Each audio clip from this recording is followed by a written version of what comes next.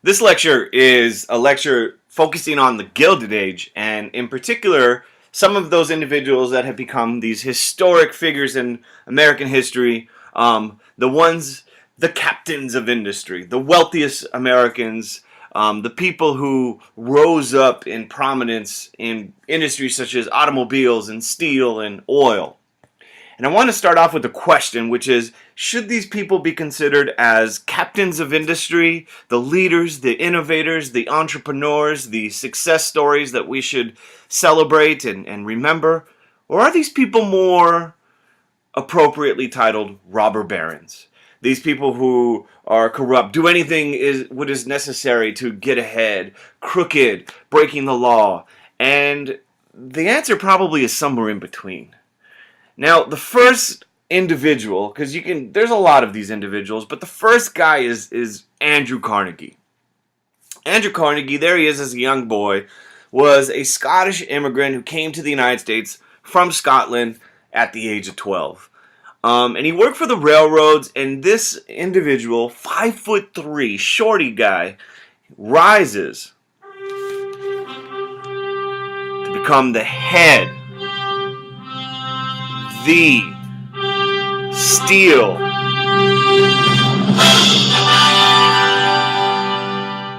industry leader.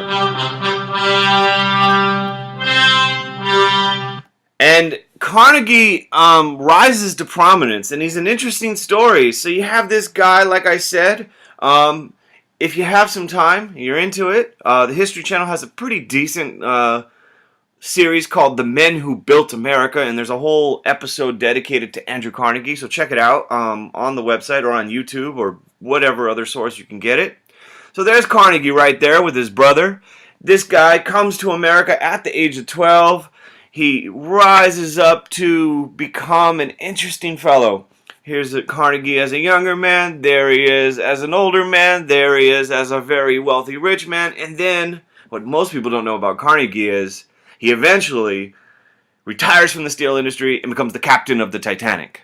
They look so much alike, it's scary. So that's an unhidden, unspoken, historical story right there. Now, back to reality. One of the things that Carnegie was so good at was opening up and taking ideas that he sees. In fact, in the 1850s, he's over in England and he's touring some steel mills, and he comes across this process called the Bessemer process.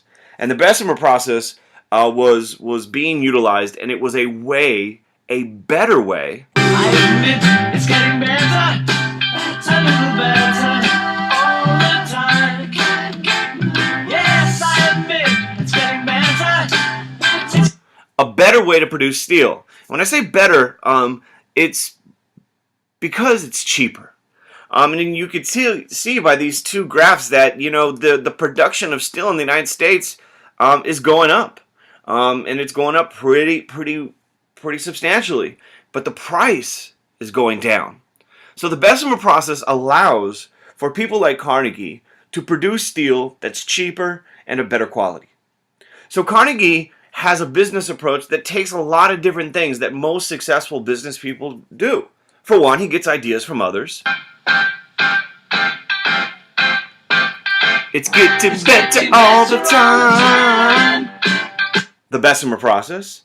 But he also does other things. It's not just, taking others. He does something called cost analysis, where he is looking at his factories and he is measuring how much their output and their production is, and knowing the production cost for each ton of steel, and knowing where things are not producing efficiently enough. And he competed with his factories. He incentivized high production.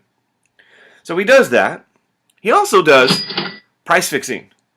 He priced his steel below the competition. And if you want to think about that, real simple idea here, if your competition is selling it for 10, you sell it for 9. Because then the consumer is going to buy yours. And eventually your competition isn't going to be able to compete any longer, and you can either buy them out, they go bankrupt, and you can jack up your price. So price fixing was used. Manipulating the market. He also does some things that I guess good businessmen can do, but we may put a sad face on. Damn! Kept wages relatively low. In fact, his workers were oftentimes forced to work in extremely difficult conditions, and very often they were not protected through unions or other means. So his wealth was extraordinary, but it came at a cost. And then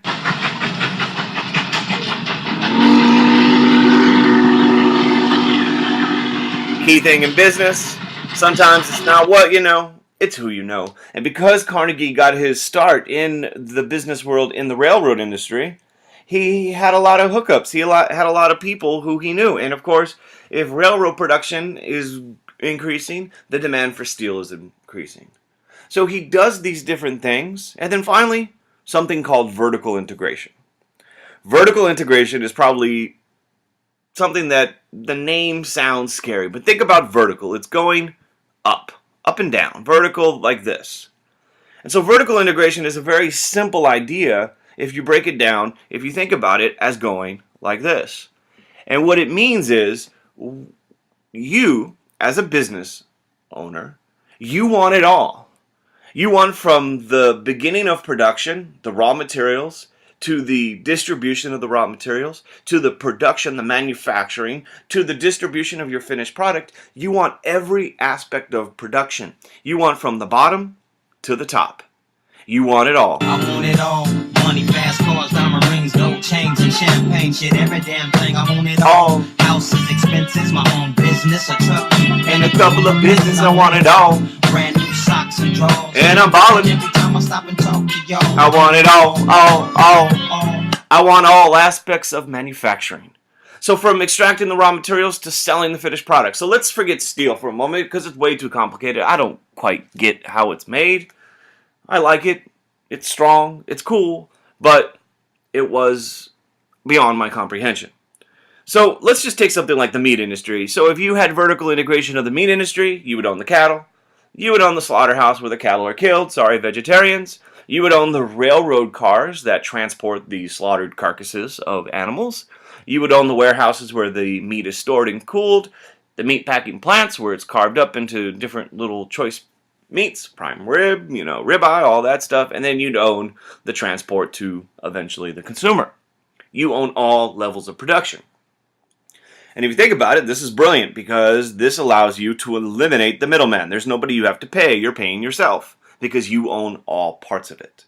So Carnegie and other business leaders utilize vertical integration to maximize their profits.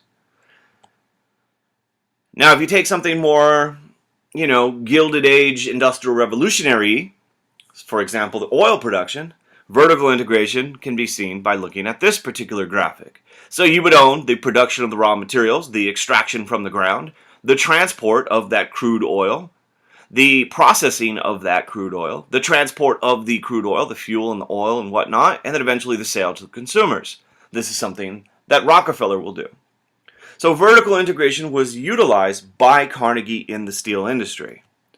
He also utilized horizontal integration. And the idea behind horizontal integration is you want the businesses to come together. come together right now over me. Now this is not come together in some warm fuzzy ways, let's just all get together and work together. This is, imagine for a moment, this is Carnegie Steel, this is Joe Steel, and this is, Jorge Steel's. If you're Carnegie, you don't want these other guys there because that's competition. So what do? You try to get rid of them. You do price fixing, you do, anything you can to get rid of the competition, and eventually all these three will be Carnegie Steel. This is horizontal. Horizontal being going from left to right. So you take out the competition so that you are able to maximize your profit. And Carnegie, once again, is not the only one doing this because during this period of time, all these different businesses are taking advantage of vertical or horizontal integration, controlling the process of production or controlling a whole particular industry. So this gets done. Come together right now over me. In fact, during this period of time, we have tremendous amount of corporate mergers, consolidation, businesses buying out other businesses, businesses taking over other businesses, and eventually, if there's only one company, if there's only a McDonald's, and there's no Burger King or In-N-Out or Jack in the Box, we call that a monopoly. Consumers have no choice. There is only one. If there is only a Carnegie Steel, that is a monopoly. There's no competition. So monopolies were increasingly becoming a problem during this period of time known as the Gilded Age. So Carnegie is getting extremely rich. Different images of the steel industry, the production. By 1900, Carnegie Steel is the largest corporation in the world. He's producing 1/3 of the world's steel, and it becomes the symbol of industrial progress. Think about it. Without steel, the skyscrapers, the magnificent bridges that linking up these different cities and neighborhoods don't get built. They refer to it as King Steel. You get the formation of these skyscrapers. You get this all-important production of steel. And Carnegie is without a doubt one of the most successful businessmen of his time.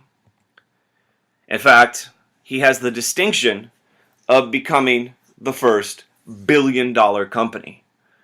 Famously in 1901, another business leader, J.P. Morgan, who was the head of Federal Steel, basically calls up Carnegie.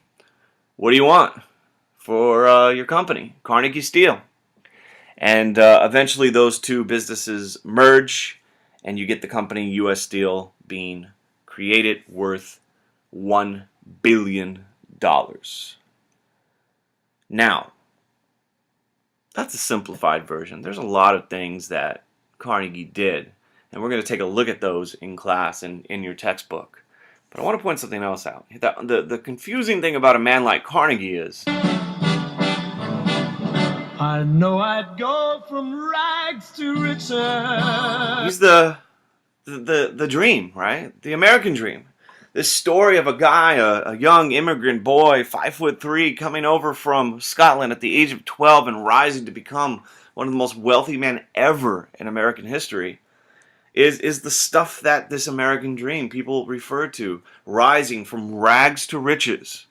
You know, from the Ragged Dick dime novels of the time period to the reality TV shows where people are watching who's going to be the next fashion icon or the dance person or the American Idol. We love this story of coming from nothing to something. And Carnegie, in spite of, some people's views of him, is going to donate a huge amount of his wealth to charity. Libraries, museums, hospitals, universities. In fact, there was this dual nature of Carnegie. On the one hand, he's the ruthless business leader who's slashing wages for the workers and, busting up unions and keeping working conditions extremely poor. And on the other hand, he's this caring philanthropist who's giving away his wealth to schools and education and hospitals and research and things like that. This double role. And he had a philosophy about the responsibility of the wealthy. It was called the Gospel of Wealth. Carnegie said that it is the responsibility of the rich to help improve society. That it is the job of those individuals who have made it, who have become extremely wealthy, to give back. In fact, here's a quote by Carnegie. He says, "It would be a great mistake for the community to shoot the millionaires, for they are the bees that make the most honey and contribute the most to the hive, even after they have gorged themselves full." So there's nothing wrong with being rich. The rich do wonderful things for society through their philanthropy, their charity. And Carnegie believed in this idea of the gospel of wealth. He made it rain. Here, I love this political cartoon. Carnegie with his little Scottish kilt with the American flag, and he's throwing money in all sorts of different hats. So that wealthy should act as the trustees for the poor, and they should contribute, and all these different things. And he did. But at the same time he's doing this, he is the same guy who was behind some of the worst labor disputes in early American history. In fact, one of the things you're going to learn about is something called the Homestead Strike. And Carnegie and his business partner, this individual, Henry Clay Frick, are going to be responsible for the violence, partly responsible for the violence that takes place at a steel mill called Homestead, where workers and police and National Guards clash and people lose their lives over the violence. So how do we remember Carnegie? Hero, villain, captain of industry, robber baron? Depends on who you ask. And that's how many viewed them, though. In fact, here you have another of these political cartoons from the Gilded Age, and in this case, you have the robber barons of the past, the nobles, the wealthy, the rich over here, and the olden days, Europe, taking from the commoners. But in the Gilded Age, it's a different kind of nobility. It's the wealthy, it's the monopolies, it's the trust. And they, with their big fat bodies, are taking and having the workers grovel. So this was the different views or perspectives of these individuals. It's interesting. We have these debates today. What is the responsibility of the wealthy? How much should the wealthy be taxed? How should we give money to people who are less fortunate? People like Bill and his wife Melinda Gates pledged to give away billions of dollars. And so how does this play out today? The other guy of the Gilded Age that we're going to focus on in today's lecture is interesting. John D. Rockefeller. It's the Rock. And I am. And they ask me, I tell them. Raise your glasses. Rockefeller is an interesting guy. I mean, first off, he's quite interesting looking, but yet has inspired people. As random as Jay-Z. Jay-Z, when he was making his record label, when he was first coming up in the music industry, chose the name Rockefeller, partly because he was inspired by the hustle, the struggle, the way that Rockefeller had his hands in everything, and he was the best of the businessmen of his time. And people of the Gilded Age, these industrialists, they oftentimes had these portraits created. And here's a famous picture of Rockefeller. I think it was done like in 1914, 1915, something like that. And I remember, I want to show you, I was in a museum once in the Smithsonian in Washington, D.C., and I walk in and there's this giant portrait of Ladies Love Cool J, LL Cool J, and he's sitting very similarly to the way Rockefeller was in his portrait that was done over 100 years ago. And inside the museum, you had this giant portrait. It was huge. It's like 8 feet, tall. And the point of this, of the artist, was to challenge the visitors to think about these new entrepreneurs in America, this rise to the top. Obviously, LL Cool J is making hip-hop music and, love songs for the ladies and making some TV shows and movies. He's not an oil tycoon, but the story of Rockefeller inspired people as diverse as LL Cool J and Jay-Z.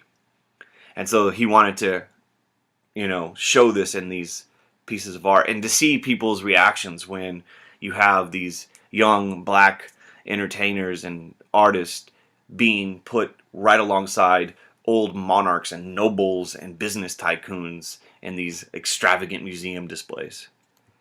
Now Rockefeller, here he is at age 18. And I am.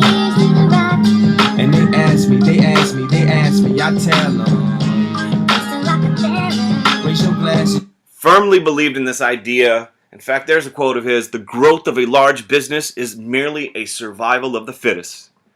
And what Rockefeller and Carnegie and people like them believed is that the strong business survives and the weak does not. And of course, Carnegie is going to get his rise in steel. Rockefeller's going to get his in the industry you see right on your screen, the oil industry. In fact, he starts off in Cleveland, in the Pittsburgh area, and he starts buying up these refineries and these oil wells. And Rockefeller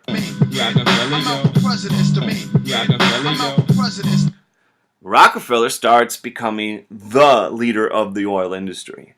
In fact, much like Carnegie, he uses a lot of the same business tactics. And I am. And they ask me, I tell them. Raise your glasses. He becomes the head of Standard Oil in 1873. Just like Carnegie, he uses vertical integration, buying up the supply process to the distribution process to the sale process. And then by 1879, John D. Rockefeller owns 90% of the oil refineries, which is a huge segment of the market. And, he gets his kickbacks and his discounts from railroad companies. He takes out his competition where he can. He makes some smart business moves. He makes some ruthless business moves. And very quickly, Standard Oil Company is the kind of icon of business in America at this time. In fact, by 1882, Standard Oil forms a trust. And Standard Oil becomes the beast of the business world. You can see it in this political cartoon. It's an octopus. It's taking over the workers, the Congress, the White House, the courts. It has its hands in everything. In fact, one of the strategies that Rockefeller used was something called pooling or pools, in which he made agreements among companies. Even if he didn't take you over, you had agreements and you had to kind of, go along with them to control prices and carve up markets. So the way Carnegie and Rockefeller rise to the top is remarkable, but also sometimes controversial. Rockefeller also used horizontal integration, and in the oil industry in particular, was very quickly competition was being destroyed and removed. No competition was Rockefeller's hope. No competition. Competition is none. I remain at the top like the sun, and I burn whoever come in the chambers of torture. No competition. Getting rid of those, merging competing oil companies into one giant corporation. So if you can, these independent oil refineries, you eventually buy them out, you take them over, and you form one giant corporation, monopolizing the market, getting rid of competition, horizontal integration. And Rockefeller is very successful, like I said, 90% of his market share. And when you have this kind of power, you can influence prices, you can set the market tone, and so you have this being done. He becomes this epic business leader, this titan of the business world, and begins to be looked at. The society begins to question Rockefeller, and you could see, this view of him. He's this giant. He has the government in the palm of his hands, and you have Congress being, converted into some sort of oil refinery at the mercy of Standard Oil. And Rockefeller, regardless of what you said, is successful in this world. Now, questions start to rise, and the question that starts to rise is, should the government regulate business and the economy? People start to, ask this question because they're seeing the success of people of the Gilded Age, these captains of industry, and they start questioning. And the answer is, every time they ask these questions, should the government regulate monopolies? Christmas? Should the government help out the poor? Do you love your mommy? Should the government pass laws protecting workers? Should the government set minimum wage and safety standards? Should the government ban child labor? Do you love your grandparents? Do you want $1 million? Do you love your duppy? It's like the cutest thing ever. Do No, you like no. bath time? No regulation. Is there anything you like? And if you ask that baby, should the government regulate the business and the economy? Many of the business leaders would have said, no, no, no. These questions are starting to be asked. And this idea of regulating is not supported by many of these business leaders. In fact, they believe in the world of social Darwinism. In fact, this is a quote by Andrew Carnegie. Hit pause and read it. This idea of survival of the fittest. The strong survive and the weak, they fade off, they go away. And the big philosophy, the thing you need to know, without a doubt, is this French term called laissez-faire. Laissez-faire? Laissez-faire. And the laissez-faire basically is a French term which means allowed to do. And according to this idea of laissez-faire, this was the time frame, this is a belief in many people during the Gilded Age, especially those in the business world, that government should get out the way to allow business to do what it wants to do. Government should move!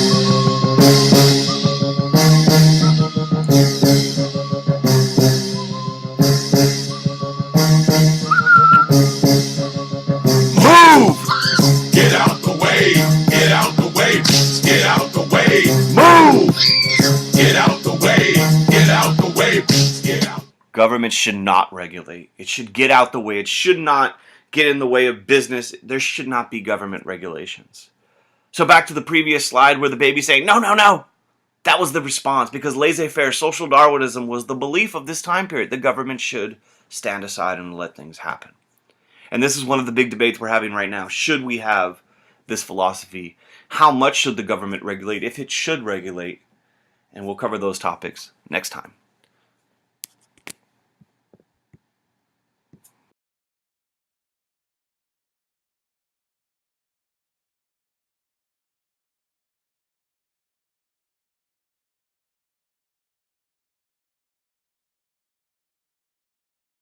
So dedicated to Andrew Carnegie, so check it out on the website or on YouTube or whatever other source you can get it. So there's Carnegie right there with his brother. This guy comes to America at the age of 12. He rises up to become an interesting fellow. Here's Carnegie as a younger man. There he is as an older man. There he is as a very wealthy rich man. And then what most people don't know about Carnegie is he eventually retires from the steel industry and becomes the captain of the Titanic. They look so much alike, it's scary. So that's an unhidden, unspoken, historical story right there. Now, back to reality. One of the things that Carnegie was so good at was opening up and taking ideas that he sees. In fact, in the 1850s, he's over in England and he's touring some steel mills, and he comes across this process called the Bessemer process. And the Bessemer process was being utilized, and it was a better way. I admit it's getting better, a little better all the time. Yes, I admit it's getting better. A better way to produce steel. When I say better, it's because it's cheaper. And you could see by these two graphs that, you know, the production of steel in the United States is going up. And it's going up pretty substantially. But the price is going down. So the Bessemer process allows for people like Carnegie to produce steel that's cheaper and of better quality. So Carnegie has a business approach that takes a lot of different things that most successful business people do. For one, he gets ideas from others. A lot of these individuals, but the first guy is Andrew Carnegie.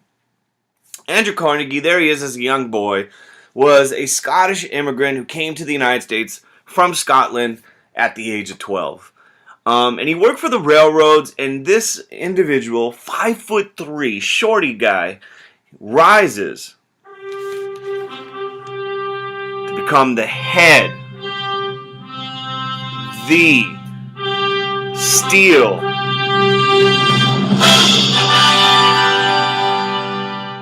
industry leader. And Carnegie rises to prominence, and he's an interesting story. So you have this guy, like I said, if you have some time, you're into it, the History Channel has a pretty decent series called The Men Who Built America, and there's a whole episode. It's getting better all the time. The Bessemer process. But he also does other things. It's not just, taking others. He does something called cost analysis, where he is looking at his factories and he is measuring how much their output and their production is, and knowing the production cost for each ton of steel and knowing where things are not producing efficiently enough. And he competed with his factories. He incentivized high production. So he does that. He also does price fixing. He priced his steel below the competition. And if you want to think about that, real simple idea here, if your competition is selling it for 10, you sell it for 9. Because then the consumer is going to buy yours. And eventually your competition isn't going to be able to compete. This lecture is a lecture focusing on the Gilded Age, and in particular, some of those individuals that have become these historic figures in American history, the captains of industry, the wealthiest Americans, the people who rose up in prominence in industries such as automobiles and steel and oil. And I want to start off with a question, which is, should these people be considered as captains of industry, the leaders, the innovators, the entrepreneurs, the success stories that we should celebrate and remember? Or are these people more appropriately titled robber barons?